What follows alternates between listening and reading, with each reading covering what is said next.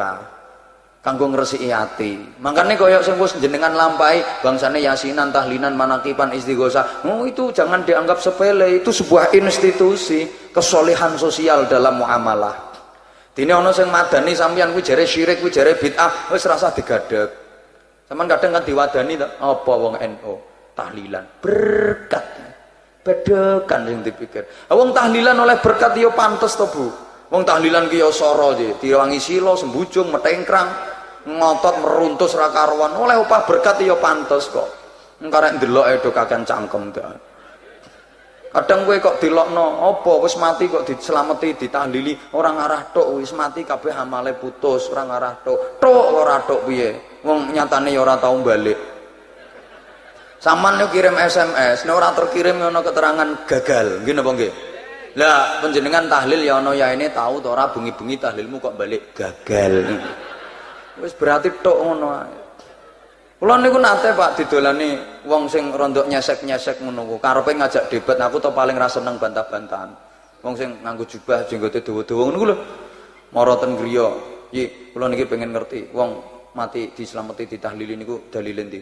Bos, lek sampan ngarani ora tok ya wis, wong awak dhewe iki ra sepaham, diapa-apakno ora ngarah iso sambung. Yes kita saling menghargailah. Ngono ku dhek sik ngwayal. Lah nggih kula niki pengen ngertos dasar hukume. Lah nek mboten nonton dasar hukume kok dilakoni masyarakat berarti kita menyesatkan umat. Bagaimana tanggung jawab kita sebagai ulama? Ngwayal. Aku yo mangkel lho kiai kok diayal. Akhirnya tak takoni wis rasah ngeyel-ngeyel. Sampeyan tak kita takoni. Wong tuamu isih to ora? Anu, kantun bapak. Ibu sampun pejah. Oh, ibumu wis mati? Sampun. Ya wis ya tak dongakno ibumu nang kuburan muga-muga ditungkai malaikat aku. Dek apa mangkel tak lokno. Nek kowe kok mangkel wong dong aku ratok kok mangkel kowe. Ora usah mangkel kowe. Dong aku. Wong ngono ku rasa dikeki dalil nono ora ngarah nrimo, ya wis digasak Gatholoco ngono kuwi. Cocok kiai ora cocok piye kowe iki. Mari kita saling menghargai. Prinsipnya Islam itu kita kerjasama tentang yang sepakat, tapi mari kita saling menghargai tentang yang tidak sepakat. Harusnya seperti itu, ora usah wadan-wadanan sing rukun. Ngoten lho sing kula suwun. Niki subhanallah. Luar biasa. Para wali sukses anggenipun dakwah nyebaraken syariah Islamiyah ten gene tanah Jawa nggih melalui institusi semacam itu. Ket biyen dijak tahlilan, yasinan, manakipan, sholawatan, srokalan wong biyen ngarani dibaan. Ngoten niku lho kok saiki mara-mara diarani sing bid'ah, sing syirik, sing haram. Kowe padahal ra kenal Islam nek gak jasane wong sing markaban ya Nurul Ngaini ngono kae. Kowe ra roh agama Islam nek gak jasane wong ngono kuwi lho kok ra mbok hargai to perasaan ki ndi. Ngono lho diangen-angen. Nuwun sewu. Wali Songo niku sedaya hafal Quran, Pak. Kabeh hafal Quran. Bahkan Sunan Bonang niku hafal Sahih Ibnu Hibban. Kita pe kandele sak menten. Hafal. Tapi nek nuturi tiyang, nasihati wong ora beral dalil meskipun hafal Quran. Nek ndawuhi wong ora kok sithik-sithik la ta'ala. Ora kok terus pamer qul sallallahu alaihi wasallam. Mboten. Lho nuturi wong nyatane mung trimo nganggo gendeng gerih, cublek-cublek, suweng, gundul-gundul, pacul, seluku-seluku, bathok. Kena apa kok trimo nganggo gendeng-gendeng ngono ku? Kok gak atik qul ta'ala. Ono kiai ngaji kakean dalil biasane rontok pamer ngono. Kiai anyaran. Wis sampean titeni ana ustaz pengajian kate Al-Qur'an surat kesekian ayat kesekian. Persoalan tahlilan itu persoalan sederhana sebenarnya teman-teman.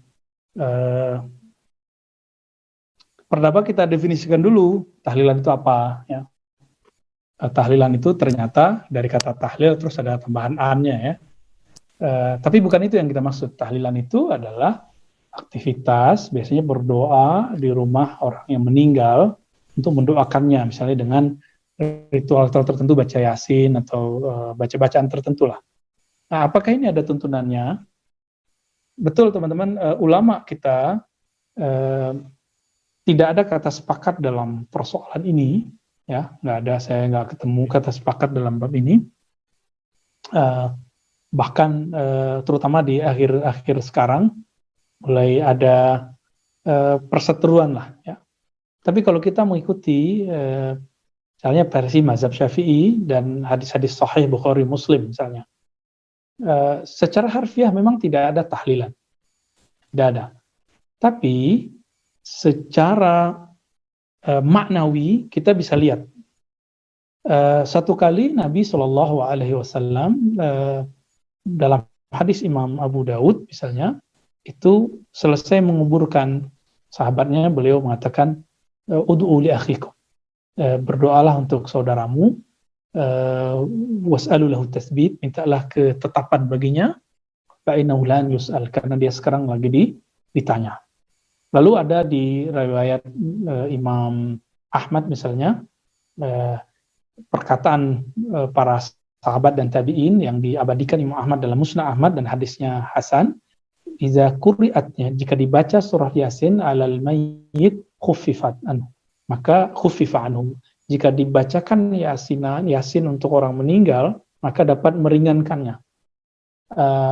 Tapi tidak disebutkan memang di riwayat-riwayat tadi berapa hari, bagaimana caranya. Disitulah kemudian terjadi perdebatan.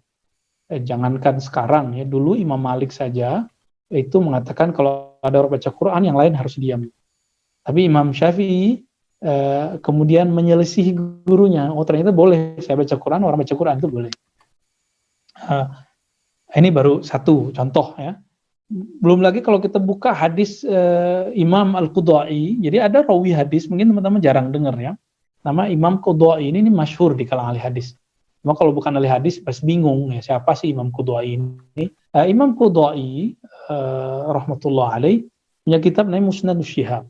Di Musnadus Syihab beliau meriwayatkan, dan riwayatnya juga mirip-mirip dengan riwayat Imam Abu Nuaim. Abu Nuaim juga sangat masyhur di kalangan ahli hadis. Beliau meriwayatkan bahwa di dalam kubur akan ditanya dua kelompok. Ya, siapa aja itu? Mukmin wa munafik. Isnani yuftatanani fil qabr, ya, dua yang akan ditanya dalam kubur. Amal mukmin, adapun mukmin fayuftanu fi sab'i ayyam, maka akan ditanya selama 7 hari berturut-turut. Wa amal munafik, adapun munafik ditanya selama 40 hari, fi arba'ina yawman. Fakanu yastahibbuna it'am ta'am fi tilkal ayyam. Lalu mereka, para sahabat, kata Imam Tawus, jadi Imam Tawus ini ketemu sekitar sab'ina sahabiyan, ketemu 70 sahabat lebih kurang. Apa kata Imam Tawus? Mereka para sahabat suka berbagi makan kah, berbagi sedekah uang kah pada 40 hari itu. Baik 7 hari terus teman 40 hari. Karena kita nggak tahu kita ini meninggal sebagai mukmin atau munafik. Pernah bohong aja berarti ada kegelapan nifak di kolbu ini. Nah, makanya mereka setiap kali yang meninggal, mereka kemudian suka berbagi. Dalam beberapa riwayat, sahabat Nabi ketika meninggal, mereka berwasiat tolong sembelih onta dan makan. Bahkan bukan hanya di rumah, di kuburnya disuruh makan. Dan itu riwayat sahih semua. Saya cuma ingin kasih gambaran, riwayat-riwayat ini jarang diketahui orang, sehingga orang-orang sekarang mengira bahwa tahlilan itu dari Hindu. Enggak. Tahlilan itu teman-teman bukan dari Hindu, tapi itu hasil ijtihad para ulama salaf, kemudian berkembang, dan sampai di Indonesia menjadilah formatnya seperti yasinan atau tahlilan itu. Jadi itu bukan buatan orang Indonesia sebenarnya. Kalau kita tidak sepakat, mungkin teman-teman hadir aja, tapi nggak usah baca. Mungkin cukup berdoa, Allahumma warhamhu wa'afi wa'fanu, cukup.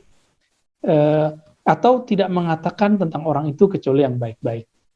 Itu sebenarnya cukup, dan saran saya tidak bertengkar ya. Karena dalil-dalilnya orang yang beramal tahlilan itu dalilnya kuat. Banyak, sangat banyak. Itu baru beberapa dalil yang saya sebutkan dari dalil-dalil orang-orang yang suka ya. Kira-kira begitu. Assalamualaikum warahmatullahi wabarakatuh. Bismillahirrahmanirrahim. Allahumma sholli wa sallim ala sayyidina Muhammadin wa ala alihi wa sahbihi asma'in, nama ba'du. Ingkang kula hormati Pak D kawula Ki Haji Haisil Ma'ali, guru kawula Ki Haji Faruk Hussein, sedanten para kiai ingkang kula hormati. seperti yang dikatakan moderator, saya ini orang yang pantangan datang di acara-acara gini. Tapi saya tetap santri, ketika diajak Gus Zofur ya datang. Begini ya, ini langsung saja. Kalau MWC Sedan menginginkan kemandirian, kata Gus Kamil tadi itu tidak mungkin, karena kita pasti secara politik harus koalisi dengan Pak Jokowi katanya. Secara ekonomi tadi sudah jelas ya. NU itu biasa proposal, tadi beliau juga bilang sudahlah kalau mau proposal bilang saja kan. Artinya kita sebenarnya tidak pernah mandiri dalam hal politik maupun dalam hal ekonomi. Tapi orang menghayal itu boleh lah, ingin mandiri, ingin keren itu boleh. Tapi saya sesuai disiplin saya begini, saya akan cerita tentang argumentasi ilmiah bahwa ahli sunnah wal jamaah itu luar biasa. Saya di Jogja berteman banyak para profesor, para doktor, termasuk akademisi sosial yang mungkin pernah di mana-mana. Pernah tanya saya begini, Bapak, kenapa Anda baca kitabnya referensinya luas kok tetap NU katanya. Terus saya bilang, problemnya apa sebagai NU? Biasanya terus mereka mengutip sekian makalah. Kebetulan makalah itu provokatif dan siapapun yang baca makalah itu pasti menjadi NU, tak jamin ya. Kalau di Jogja misalnya di satu penerbitan, saya termasuk di dalamnya, itu pernah diperbandingkan kitabnya Said Muhammad Mafahim Yajibu An-Sohah dengan kitabnya Bin Bas, judulnya Hadihi Mafahimuna. Biasanya kitab-kitab terjemahan Wahabi itu memang cukup provokatif dan dengan narasi yang memang siapapun yang nggak pernah mondok pasti tertarik. Misalnya begini, cerita bid'ah misalnya. Iyakum wa muhdatsatil umur fa inna kulla bid'atin dhalalah wa kulla dhalalatin finnar misalnya gitu. Wa kulla muhdatsatin bid'ah wa kulla bid'atin dhalalah wa kulla dhalalatin finnar. Ada yang baca wa kullu bid'atin dhalalah wa kullu dhalalatin finnar. Terus beliau menuliskannya begini, kata Bin Bas. Hadza huwa Rasulullah. Hakama bi annal bid'ah kullaha dhalalah. Terus diteruskan wajar asy-Syafi'i faqasama ila hasanatin wa dhalalatin wa sayi'atin. Jadi dengan narasi seperti itu tuh orang itu tahu bahwa Syafi'i itu kurang ajar tenan gitu kira-kira gitu. Jadi dia ini Rasulullah yang mengatakan semua bid'ah ini dhalalah, tapi Syafi'i lancang dengan membagi ada dhalalah, ada sayi'ah, ada hasanah, ada sayi'ah. Ini aneh katanya. Wong Rasulullah yang nabi saja bilang satu semuanya dhalalah kok dia bilang dua kan. Diredaksikan Jaro'ah, kira-kira makna sedannya yang lama atau berani. Sehingga orang mesti tanya, kenapa sih tidak ikut Rasulullah saja? Tapi ini satu ilmu, setidaknya ilmu perdebatan, bukan ilmu hakiki, karena kita tidak tahu yang diridhani Allah yang mana. Tapi kemudian Sayyid Muhammad dalam kitab Abu Abdul Faros, juga dalam kitab-kitab beliau, menyanggah itu dengan mengatakan, jika makna bid'ah adalah yang nggak pernah dilakukan Rasulullah, itu salah besar. Terus beliau cerita sekian hal, termasuk yang diceritakan adalah ada seorang sahabat ketika sholat dengan Rasulullah tidak pakai doa mainstream, yaitu ketika i'tidal sahabat tadi bilang alhamdulillah hamdan katsiran thayyiban mubarakan fi. Setelah itu setelah Nabi habis sholat umul qail, siapa tadi yang melafadzkan itu? Semua sahabat diam karena takut disalahkan. Tapi apa yang dikatakan Nabi? Tidak, saya tidak akan menyalahkan. Saya tadi melihat isna asra malakan. Saya tadi melihat 12 malaikat. Yabtadiruna ayyuhum yaktubu awwalu. Semuanya itu bergegas siapa yang nulis awal. Terus kata sahabat tadi, ha anada ya Rasulullah. Padahal ini satu kalimat yang bahkan Rasulullah tidak mengajarkan. Dan Rasulullah bahkan iskal. Kenapa ada kalimat itu? Tapi toh dibenarkan oleh Allah dan Rasul. Cerita Sayyid Muhammad kedua adalah ada sahabat setiap ngimami itu main kulhu. Wah, ngimami apa saja main kulhu. Singkat cerita makmumnya tuh gerutu. Ini orang kok main kulhu terus ini. Setelah dilaporkan ke Rasulullah, ditanya sama Rasulullah, kenapa kamu main kulhu ini? Dilaporkan ke saya.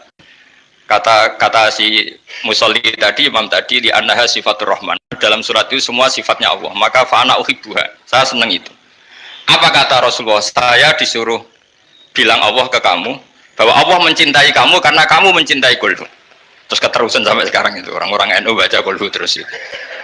Karena sekali baca idza samsu kuwirat mesti keponting gitu. Tapi artinya itu dibenarkan Rasulullah minhu sabqi ta'limin minhu, tanpa ada pelajaran dari beliau. Runtuhlah teori bid'ah bahwa bid'ah adalah semua yang nggak pernah dilakukan Nabi, diajarkan Nabi. Nyatanya beberapa kali Nabi membenarkan sesuatu yang belum pernah diajarkan oleh beliau. Masalahnya adalah tidak semua orang baca kitabnya Sayyid Muhammad atau baca tidak paham. Nah, sementara kitab Hadhihi Mafahimuna itu diterbitkan secara masif oleh pemerintahan Arab Saudi dan ada terjemahnya lagi, sehingga yang nggak bisa Arabnya bisa terjemahnya. Dengan narasi tadi bahwa Imam Syafi'i dibenturkan Rasulullah itu kan mesti kalah. Redaksinya itu Jaro'ah itu wani pakai Hamzah. Kedua, saya ingin cerita dan saya tidak bosan-bosan cerita ini sampai mati, saya tidak akan bosan-bosan. Ada kemandirian al-hujjatul balighah dalam diri kita sebagai ahli sunnah. Begini misalnya, kalimat la ilaha illallah adalah kalimat yang orang kafir 80 tahun saja kalau melafadzkan itu menjadi soro mukminan. Nah ini kita tahlil yang sudah muslim hanya karena kalimat thayyibah justru menjadi kafir. Ini kan madzhab aneh. Yang kafir puluhan tahun iyan tahu yufar lahum ma qad salaf bihadil kalimah. Ini kita karena tahlilan sampai nyekel patok menjadi kafir juga karena la ilaha illallah. Ini aneh. Jadi kalimatun sing yakunu bihal kafiru musliman menjadi kalimatun yakunul mukminu biha kafirun. Ini kan kaidah yang aneh. Nah, saya ingin kalau ahli sunnah yang seperti ini sudah mandiri, sudah sehat, ya baguslah seperti itu. Terus yang terakhir, kenapa ditambahi an-nahdiyah? Ya seperti yang dikatakan moderator tadi. Di terminologi internasional itu kalau ahli sunnah pokoknya yang tidak sabit sahabat ahli sunnah. Sehingga Wahabi, Muhammadiyah, Ikhwan semuanya ahli sunnah wal jamaah. Karena kalau di media internasional asal tidak Syiah itu ahli sunnah. Hanya itu saja perbandingannya. Kalau ikramus sahabah ya ahli sunnah, kalau sabit sahabah ya Syiah. Problemnya adalah kita tidak ikut kelompok besar ahli sunnah yang mainstream di internasional karena mereka anti wasilah, anti tahlil. Sehingga terus Indonesia bilang ditambahi ahli sunnah wal jamaah an-nahdiyah. Yang kira-kira mungkin Gus Yofur dan kawan-kawan nambahin Nusantara gitu. Nah, nanti ini bagiannya Gus Yofur, saya kira demikian. Assalamualaikum warahmatullahi wabarakatuh. Baik, itu buat kami itu stimulus saja, itu belum materi sebenarnya. Nanti kita bedah lebih lanjut lagi.